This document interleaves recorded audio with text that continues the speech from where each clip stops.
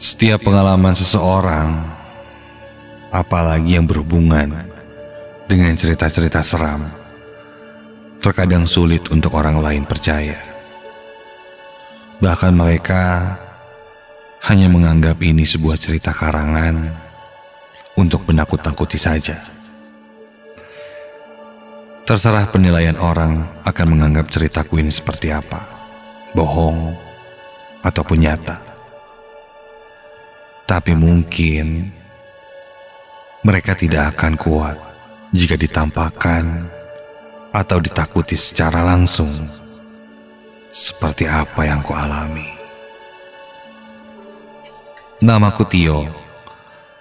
Aku bekerja sebagai staf produksi di salah satu pabrik yang berada di Cimahi.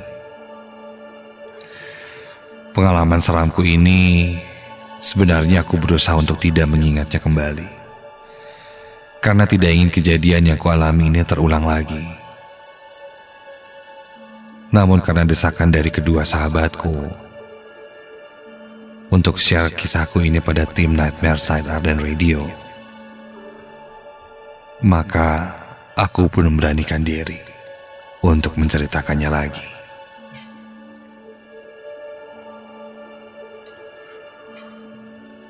Pengalaman seramku ini terjadi bukan di rumah atau di tempatku bekerja, tapi terjadi ketika aku pulang dari Karawang menuju Bandung.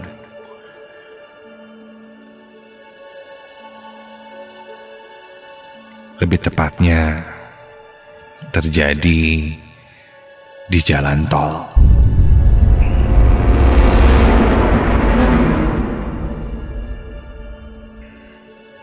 Jalan tol yang membentang cukup panjang antara Jakarta dan Bandung.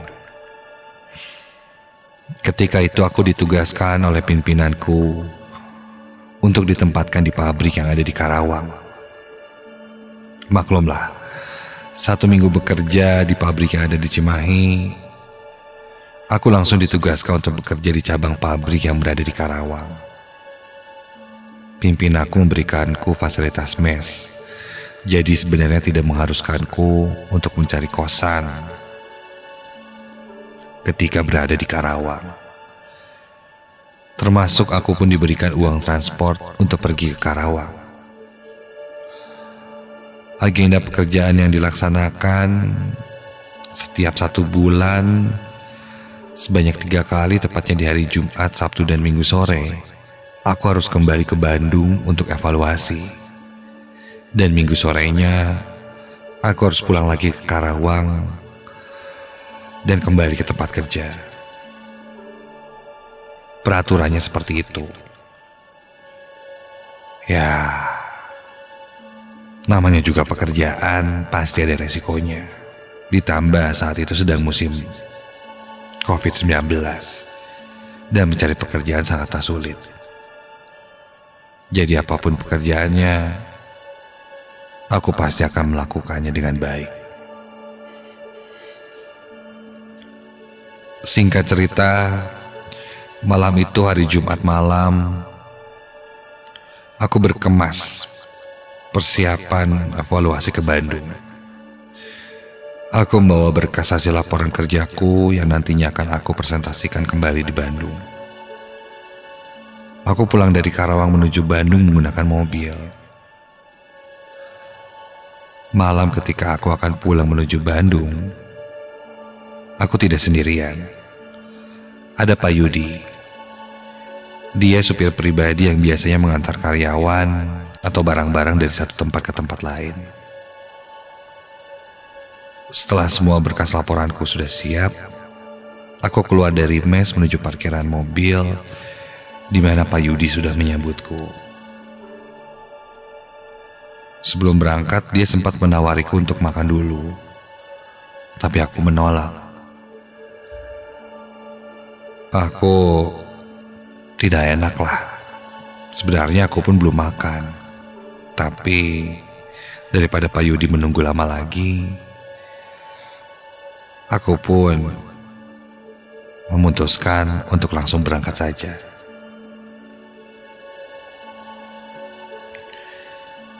Setelah persiapan selesai, barang-barang masuk dalam bagasi, aku pun duduk di depan di samping Pak Yudi. Sebelum berangkat, Pak Yudi meminta sesuatu padaku. Dia minta jika nanti Pak Yudi kelelahan, dia memintaku untuk bergantian menyetir, karena seharian dia sudah 3 kali bolak-balik keluar kota. Aku pun mengiyakan. Bahkan aku bilang, nanti pas masuk tol, biar aku saja yang bawa. Karena kasihan melihat wajah Pak Yudi yang sudah sangat kelelahan. Sekitar jam 11 malam, kami pun berangkat dari Karawang menuju ke Bandung.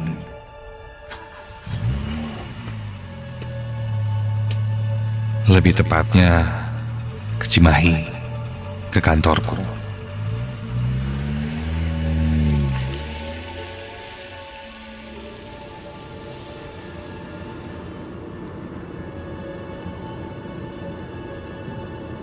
Suasana Karawang masih sangat ramai. Kendaraan masih banyak yang berlalu lalang. Sampai akhirnya jalan mulai sepi dan aku pun mulai memasuki pintu tol Karawang Timur. Di sanalah aku mulai bergantian menyetir.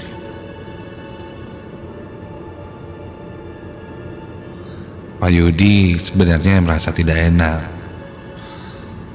karena menyuruhku yang menyetir. Tapi aku bilang pada Pak Yudi tidak apa-apa. Daripada kenapa-napa, lebih baik Bapak istirahat saja. Aku seneng kok nyetir.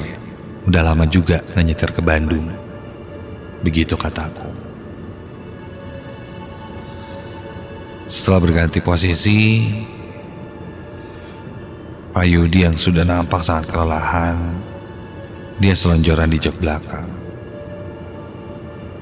Aku sudah duduk di posisi kemudi dan langsung tancap gas menuju pintu tol, mengambil karcis tol, dan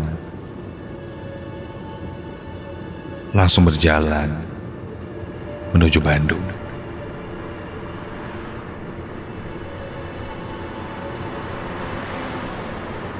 Dalam perjalanan, sesekali kulihat Pak Yudi yang sedang tertidur pulas dari spion tengah. Bahkan aku dapat mendengar suara dengkurannya. Ya cukup kencang, menandakan dia benar-benar lelah.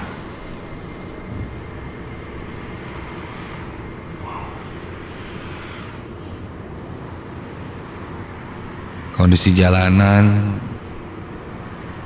tidak terlalu ramai, namun tidak terlalu sepi juga. Di perjalanan, aku tidak ada teman mengobrol. Agar tidak terlalu sepi, aku menyalakan musik dari tip di mobil ini dengan suara yang tidak terlalu besar agar tidak mengganggu Pak Yudi yang sedang tidur.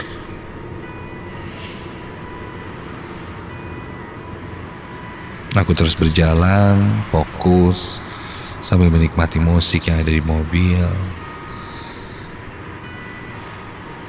Sampai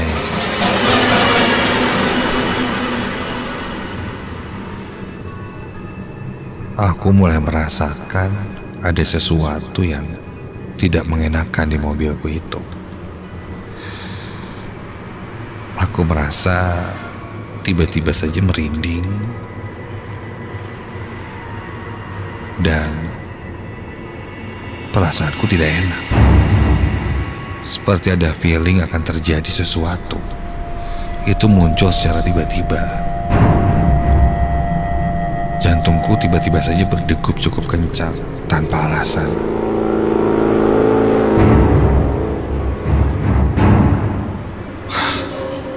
Kenapa nih?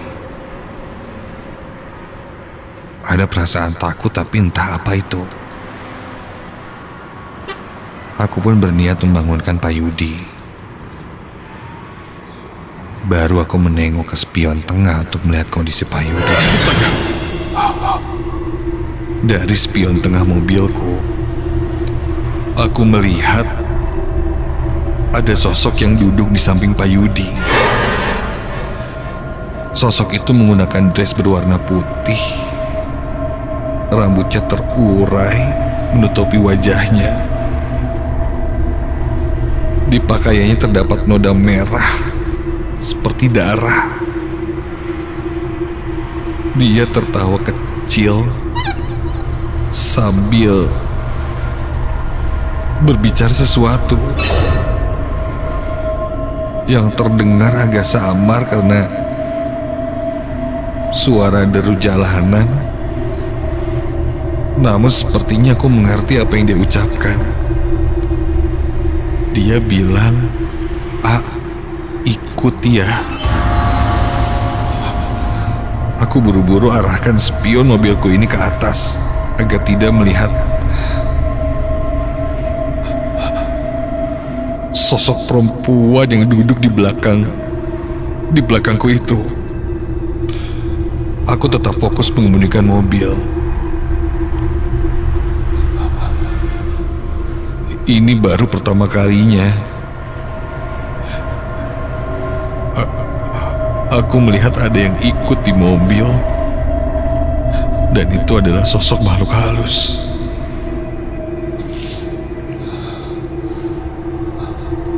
Sosok perempuan yang mungkin biasa disebut kuntilanak itu duduk di sebelah kiri jok belakang mobil. Sementara Pak Yudi duduk berselanjor di arah kanan jok belakang mobilku ini. Ketika aku tengok ke belakang, dari ujung mataku sosok itu sudah tidak ada.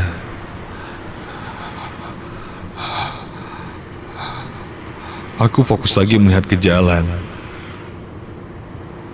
Dan tiba-tiba saja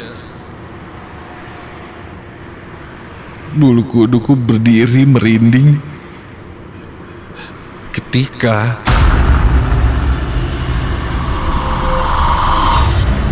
entah sudah sejak kapan sosok kuntilanak itu kini sudah duduk di samping jok sebelah kiriku. Iya, sosok perempuan itu sudah duduk di depan di sebelahku. Sekilas kulihat wajahnya pucat, putih, dan bola matanya legam hitam, serta dari mulutnya mengeluarkan darah.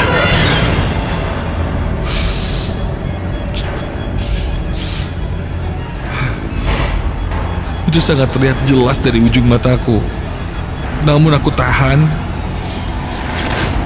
untuk tetap fokus menyetir. Sesekali perempuan itu tertawa, seperti menertawaiku sangat menyeramkan. Aku beranikan diri untuk bertanya,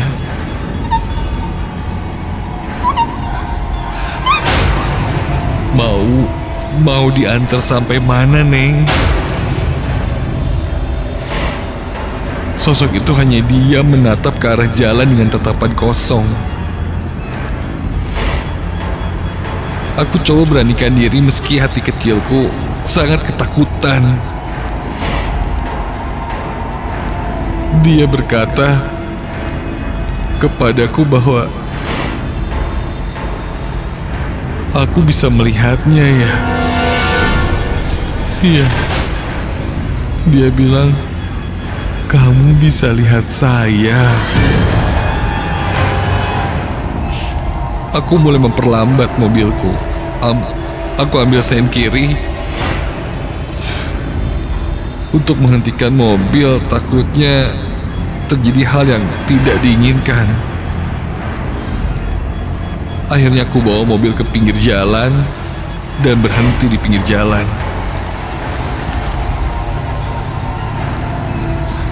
Turun ya. Jangan ikut saya lagi.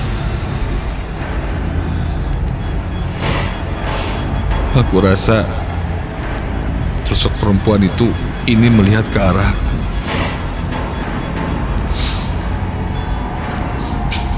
Kini ada pergerakan dari sosok itu. Dia mengangkat kakinya dan kini posisinya berjongkok. Ya, posisinya jongkok di jok depan sebelah kiri mobil. Kedua tangannya terbuka, tangan kanannya memegang jok dan tangan kirinya berada di dashboard.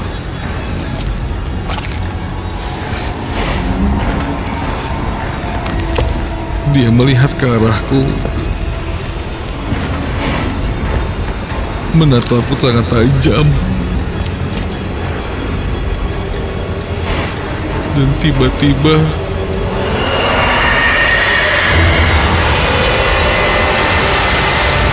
sosok itu berteriak sangat kencang. Aku pun refleks berteriak ketakutan dan menekan klakson sangat kencang.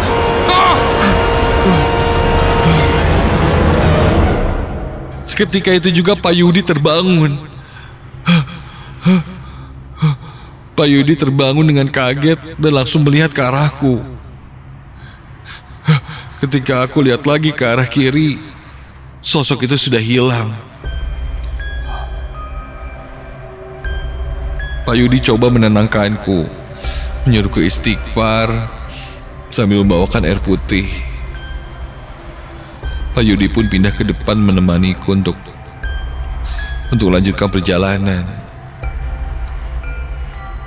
Dari gelagat Pak Yudi mungkin dia sudah tahu, tapi dia tidak mau aku ceritakan lagi. Akhirnya sepanjang perjalanan tol, Pak Yudi pun terjaga dan menemaniku menyetir. Dan aku tidak bicara sepatah kata pun. Singkat cerita, jam 2 pagi kami sampai. Pak Yudi pun menyuruhku untuk bertukar lagi dan beristirahat. Aku menghentikan mobil tak jauh dari gerbang tol Padalarang. Sebelum ganti posisi, Pak Yudi bertanya, apa selama Pak Yudi tidur aku diganggu kuntilanak? Iya, aku lalu ceritakan pengalamanku tadi. Pak Yudi bicara dan menjawab, jangan kapok ya jika Bapak suruh untuk bawa mobil dan tiba-tiba bertemu sosok kuntilanak itu.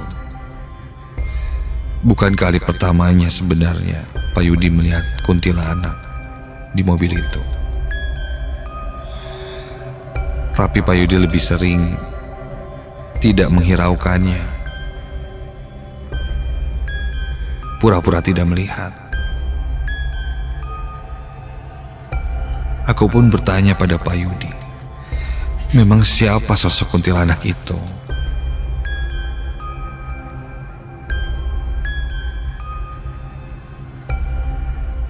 Pak Yudi menjawab, mungkin dia adalah sosok penunggu di tempat itu, yang sering kali juga mencelakakan orang yang melintas di jalan itu. Melihat kondisi orang yang melamun, tidak stabil, tidak membaca doa, sompral, pasti diganggu. Pak Yudi berpesan agar selalu berdoa setiap akan berangkat atau masuk kemanapun tempat yang akan kita datangi. 4 hari setelah kejadian itu, aku jatuh sakit. Tubuhku demam tinggi. Pak Yudi menghampiriku yang sedang sakit dan bercerita bahwa memang ketika sudah melihat seperti itu, kita akan jatuh sakit dan demam. Itu hal yang wajar, karena kondisinya kita yang lemah melawan mereka dengan energi tinggi yang membuat kita yang jadi lemah. Setelah kejadian yang aku alami itu, dan aku bagikan pengalamanku ini pada teman-temanku, mereka ada yang percaya dan tidak. Ya terserah saja, percaya atau tidak. Namun ini pengalaman yang memang sulit kulupakan, karena sosok perempuan itu masih terus terbayang dan membekas di pikiranku, dan akan selalu menjadi mimpi burukku hingga saat ini.